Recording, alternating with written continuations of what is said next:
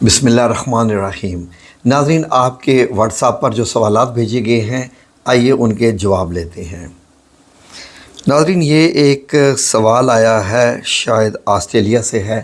تو لکھتی ہیں یہ ہماری بہن، کیا لکھتی ہیں جی کہ میری بچی کچھ کمپلیکس کا شکار ہے، تو کیا کوئی ایسا وظیفہ ہے کہ اس کو ایسے لگے کہ وہ بڑی خوبصورت ہے، یعنی اچھی شکل والی ہے؟ ہاں جی، کمپلیکس بچوں کو ہوتا رہتا ہے۔ واقعی جن بچوں کو کمپلیکس ہوتا رہتا ہے وہ اکثر اوقات جو ہے وہ شکار رہتے ہیں اور اپنے آپ کو آئینے میں بار بار دیکھتے رہتے ہیں۔ وہ اپنے آپ سے اصل میں کمپیئر کرنا شروع کر دیتے ہیں دوسرے لوگوں کو، کیونکہ یہ سوشل میڈیا کا دور ہے، تو ہر بچہ بچی ہی ایسے لگتا ہے کہ وہ ماڈل بن کے پیش کرتے ہیں اپنے آپ کو۔ تو بچے کہتے ہیں کہ وہ اتنا خوبصورت ہے تو میں کیوں نہیں۔ لیکن سمجھنے کی بات یہ ہے، اپنے بچوں کو یہ ذرا بتانے کی ضرورت ہے کہ اللہ رب العزت نے ایک حکمت کے تحت تمام لوگوں کے چہرے علیحدہ علیحدہ بنائے ہیں، اور اللہ رب العزت نے سورہ التین میں کیا فرما دیا؟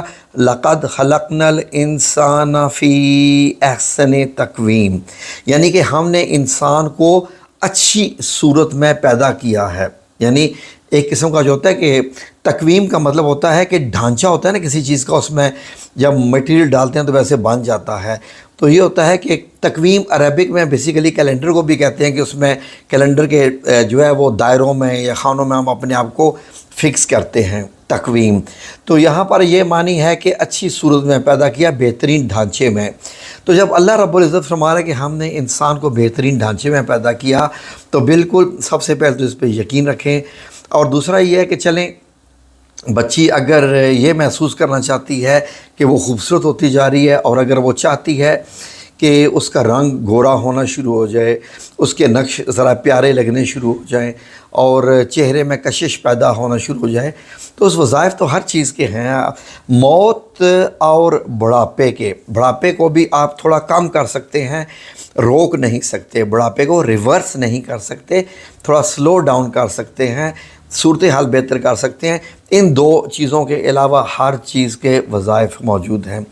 تو اپنی بچی سے کہیے کہ روزانہ ایک بار درود شریف پڑھنے کے بعد شیشے کے سامنے بے شک کھڑے ہو کر یا جیسے بھی کھڑے ہو کر یہ پڑھے، یہ لفظ کتنی بار پڑھے؟ 3 بار یہ جملہ پڑھے، اسکرین پر لکھا ہوا ہے۔ وہ کیا ہے؟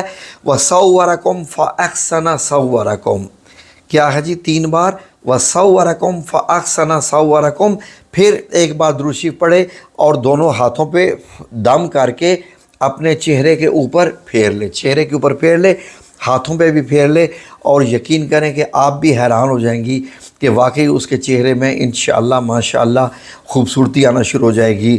تو اس کا مطلب یہ ہوتا ہے وَصَوَّرَكُمْ فَأَحْسَنَ صَوَّرَكُمْ، اسی نے تمہاری صورتیں بنائی، اور صورتیں بھی کتنی اچھی اور پاکیزہ بنائی ہیں۔ یہ سورہ تغابن کی آیت ہے۔ تو یہ اب عمل کریں اور دیکھیں انشاءاللہ اللہ رب العزت کر دے گا۔ ویسے تو یہ عمل کوئی بھی کر سکتا ہے، ہر بندے خوبصورت دکھنا چاہتا ہے، خوبصورت لگنا چاہتا ہے، تو یہ عمل کیجئے۔ اور کیسے؟